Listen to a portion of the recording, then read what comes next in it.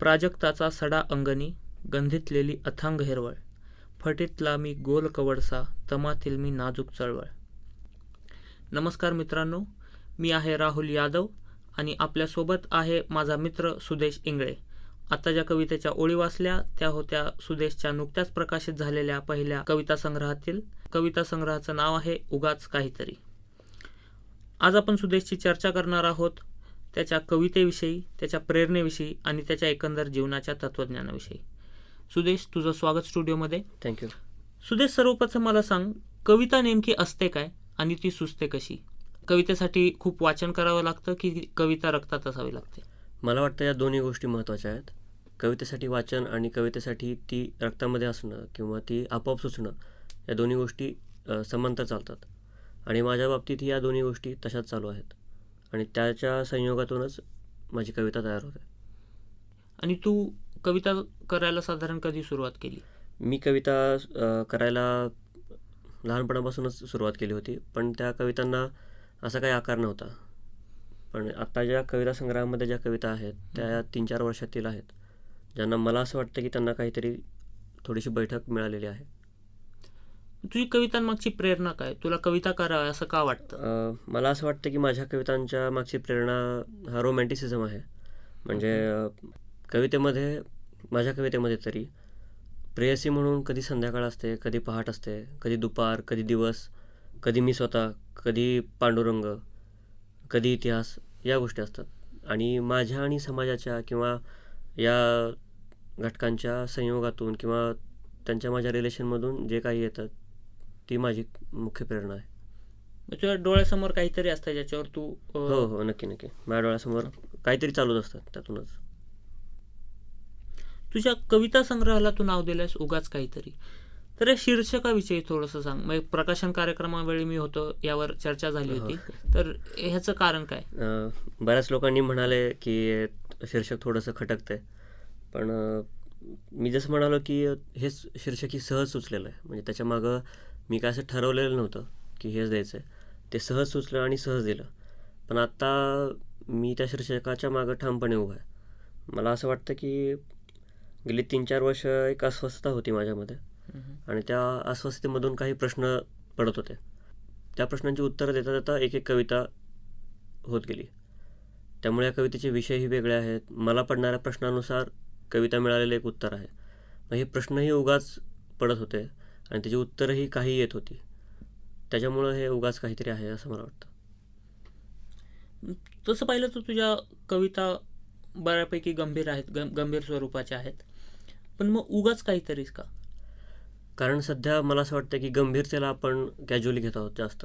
म्हणजे आपलं जगणं एवढं आरामासाठी किंवा चैनीसाठी चाललं आहे की गंभीरता ही कॅज्युअली घेण्याचीच गोष्ट आहे असं आपण समजतो. त्यामुळं मग एक सार्कॅस्टिकली म्हणा किंवा एक उपरोधातून हे नाव दिलेलं आहे. उपरोधिकपणे उगाच नाव दिलं. तुझी कविता संग्रहातील शूळाधिपती ही कविता बऱ्याच लोकांना आवडली. हो. तर ह्या कवितेविषयी थोडंसं सांग. कधी सुचली तुला आणि तू नेमकं काय म्हणायचं तुला कवितेमध्ये? या कवितेविषयी खरं तर ज्यावेळेस मी लिहित होतो त्यावेळी मला असं वाटत होतं की या कवितेचा एक वेगळा संग्रह व्हावा असं माझ्या डोक्यात होतं. ही कविता वाढवायची असं खूप डोक्यात होतं माझ्या. चांगली 50-60 पानांची एकच कविता करायची आणि त्याचा एकच कविता संग्रह करायचा असं डोक्यात होतं. पण ते काय जमलं नाही, कारण माझा बहुतेक अभ्यास कमी पडला असं मला वाटतं. मी शक्य तितक्या ज्या ज्या गोष्टी मला खटकल्या, ज्या ज्या गोष्टी आवडल्या, ह्या सगळ्याच गोष्टी एकत्र करण्याचा प्रयत्न या कवितेमध्ये केला आहे. पण कदाचित अनुभवांच्या कमतरतेमुळं म्हणा ती कविता कमी झाली. जी 50 पानं माझ्या डोक्यात होती ती 5च पानामध्ये संपली. शूळाधिपती या शब्दाचा अर्थ सांगशील? शूळाधिपती म्हणजे शूळ म्हणजे काटा आणि असा माणूस की ज्याला जो स्वतःला काट्यांचा राजा समजतोय आणि ज्याला सतत काहीतरी बोचतंय, तो शूळाधिपती आहे. तू वाचून दाखवशील तुझी कविता? हो. मी शूळाधिपती, भरलेल्या रांजणांचा आणि फोडलेल्या रांजणांचाही हिशोब मागणारा. रांजणं संस्कृतीच्या हेव्या दाव्यांची, लोभाची, स्वार्थाची, हिंसेची आणि भोगाची.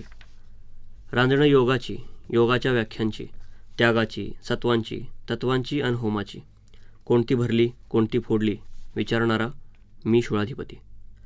मी शूळाधिपती अवर्षणातल्या भेगांचा, पुरांवरल्या मेघांचा, मरून कोसळणाऱ्या कोसळून मरणाऱ्या धारांचा, गोठून पडणाऱ्या गारांचा. ही अवर्षणं माझीच, हे पूरही माझेच. कोसळणारा अन गोठणाराही मी शूळाधिपती. मी शूळाधिपती, दगडांनी काचा फोडणारा, काचांनी दगडं सजवणारा. वंचनेतला, वारकऱ्यातला माणूस शोधू की माणसातला वारकरी. श्वासांच्या संवेदना मालवून पंढरीच्या दगडात अडकलेला मी शूळाधिपती. मी शूळाधिपती, लाडानं पोसलेल्या अहंकाराचा, पोसून माजलेल्या आणि माजून पोसलेल्या अहंकाराचा, रंध्रारंध्रात पाझरणाऱ्या खोल खोल अहंकाराचा मी शूळाधिपती. मी शूळाधिपती, कन्फ्यूजलेला, कन्फ्यूजून पेरण्या करणारा, पेरण्या करून परत कन्फ्यूजलेला, सर्किटलेला, सर्किटून थरथरणारा, थरथरून सर्किटपणा करणारा मी शूळाधिपती. मी शूळाधिपती, अजगरी दुपारांसारखा, निश्चित पडलेला, लेखणीच्या प्रेमात षंढत्व लपवणारा मी शूळाधिपती. मी शूळाधिपती, वासुदेवागत, चराचरात नजरा कुस्करणारा, बावळट, वेंधळा, अगदी कुरुक्षेत्रावरही श्लोक विकणारा मी शूळाधिपती. मी शूळाधिपती, बांडगुळांचा, सभागृहातल्या, व्यासपीठावरल्या, प्रमाण भाषेतल्या बांडगुळांचा आणि बांडगुळांच्या प्रतारणांचाही मी शूळाधिपती. मी शूळाधिपती, बाजाराचं शिक्षण, शिक्षणाचा बाजार दोन्हीही बडेजावी प्रेमाने शिकवणारा, भिजक्या कातड्यागत साळसूद मी शूळाधिपती. मी शूळाधिपती, वैराण तालमीतला, गजबजल्या पार्कातला, खुळपं स्त्रीत्व आणि लंगडं पुरुषत्व खपवणारा मी शूळाधिपती. मी शूळाधिपती, अप्रामाणिक, लाचखोर, शिर्डीच्या, तिरुपतींच्या प्रगल्भ डुकरांसारखा ढोंगी मी शूळाधिपती. मी शूळाधिपती, इतिहासातल्या नावांचा, नावांसोबतच्या स्वार्थांचा आणि त्या स्वार्थाच्या जय जयकाराचा, ट्रक भरून जय जयकाराचा मी शूळाधिपती. मी शूळाधिपती, दुःखांचा, दुःखांच्या सावल्यांचा, वाढता अंधार डोळसपणे पाहत राहणारा मी शूळाधिपती. मी शूळाधिपती, वलयांकित बुळेपणा प्रौढीनं माजवणारा, स्वतःच्याच बुळेपणावर परतत्व भावानं हसणारा मिंधा शूळाधिपती. मी शूळाधिपती, स्वतःच्या पिढीचा कोडगेपणा लपवून पुढच्या पिढीला सदैव नावं ठेवणारा, घरं भरण्याचा दिलदारपणा मिरवणारा मी शूळाधिपती. मी शूळाधिपती, गंध कुंकू जोडवी चिरडणारा, बंधनातली सुखं होरपळवणारा, स्त्रीतलाही आणि पुरुषातलाही सारखाच मी शूळाधिपती. मी शूळाधिपती, येड्या बाभळींसारखा, मुळांची लाज सोडून कुठंही अस्ताव्यस्त पसरलेला, परिघांचे व्यास वाढवताना केंद्रक पुसत निघालेला मी शूळाधिपती. मी शूळाधिपती, विश्वासघातकी, झेरॉक्स छाप मैत्री करणारा, मित्राच्या छताडावर पाय देऊन स्पर्धा जपणारा, सरणावरही चंदनाच्या लाकडांची पैज लावणारा मी शूळाधिपती. मी शूळाधिपती, प्रभवाचा, प्रलयाचाही, पहिल्या ठिणगीपासून शेवटच्या इंगळापर्यंत अखंड कोकळणारा, पायापासून कैलासाकडं उलटा वाहणारा मी शूळाधिपती.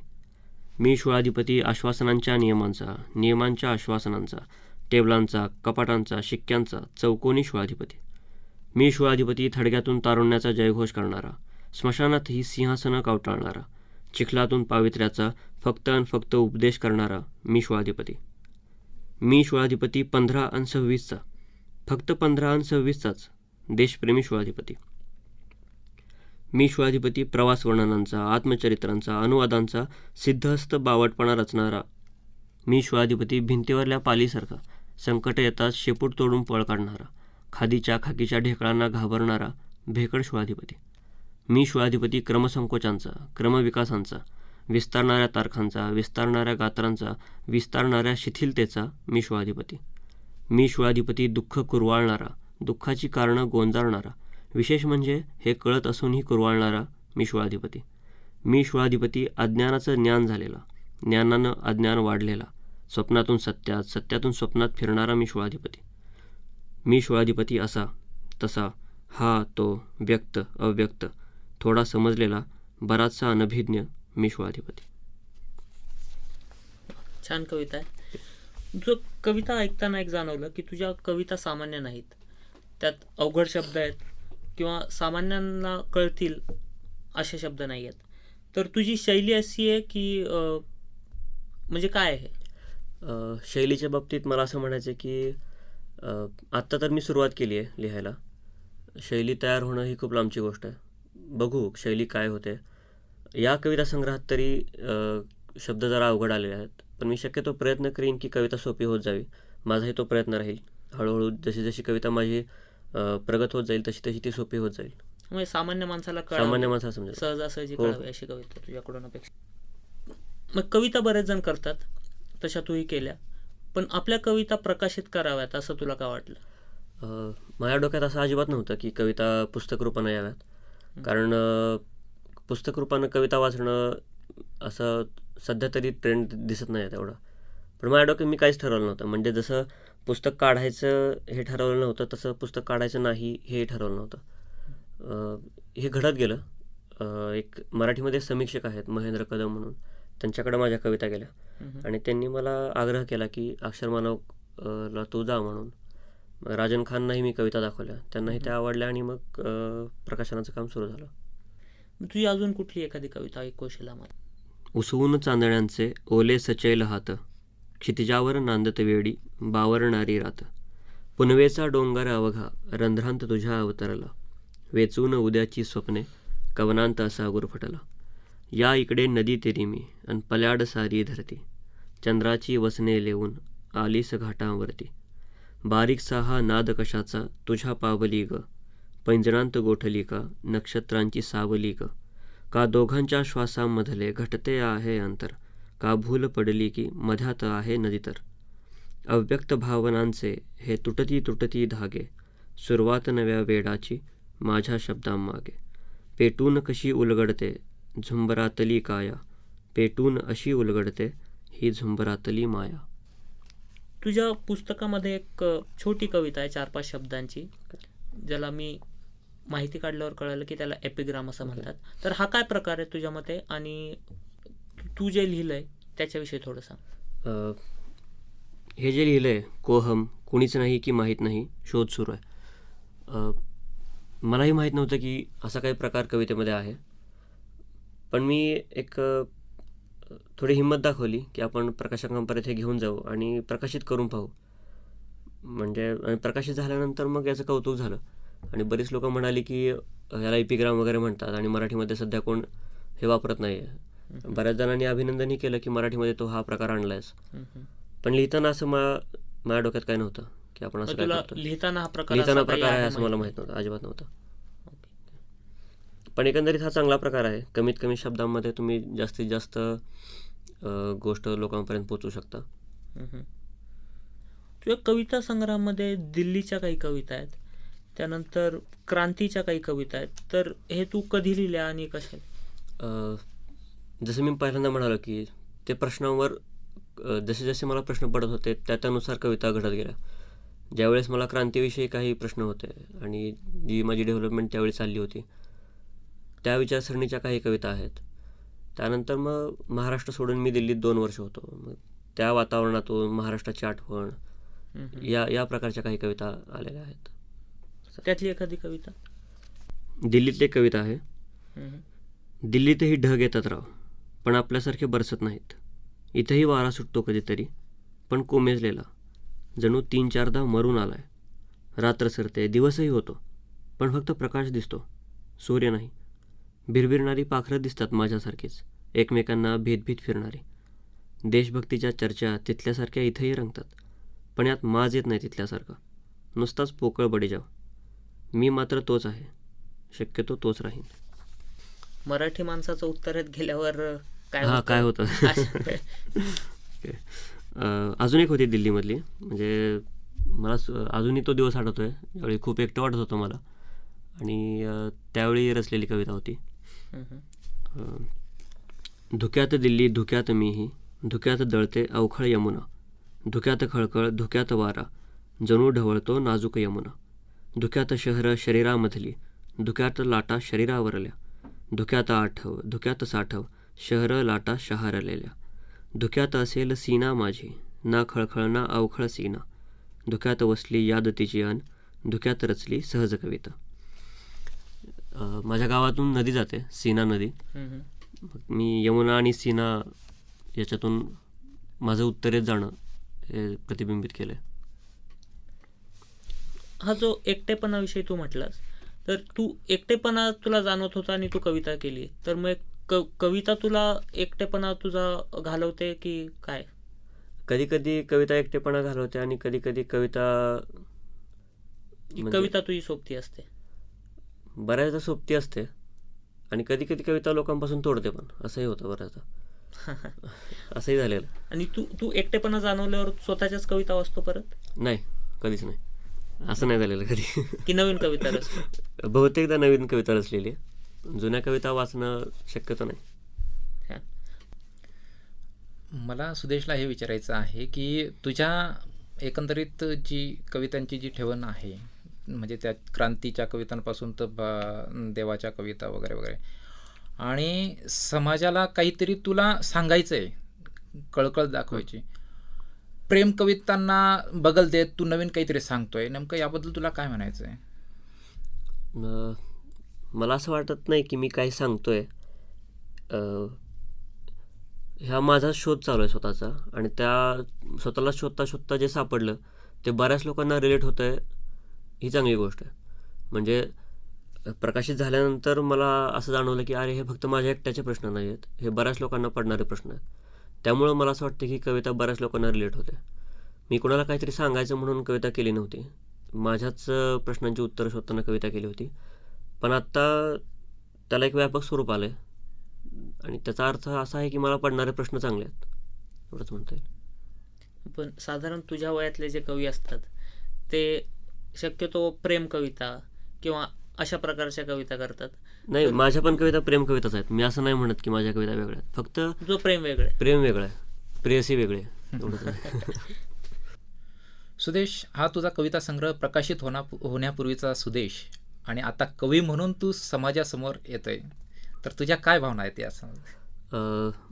मला वाटलं होतं की असा काय फरक पडायचा नाही, पण एक थोडासा फरक मलाही जाणवतो आहे की गांभीर्य वाढलं आहे.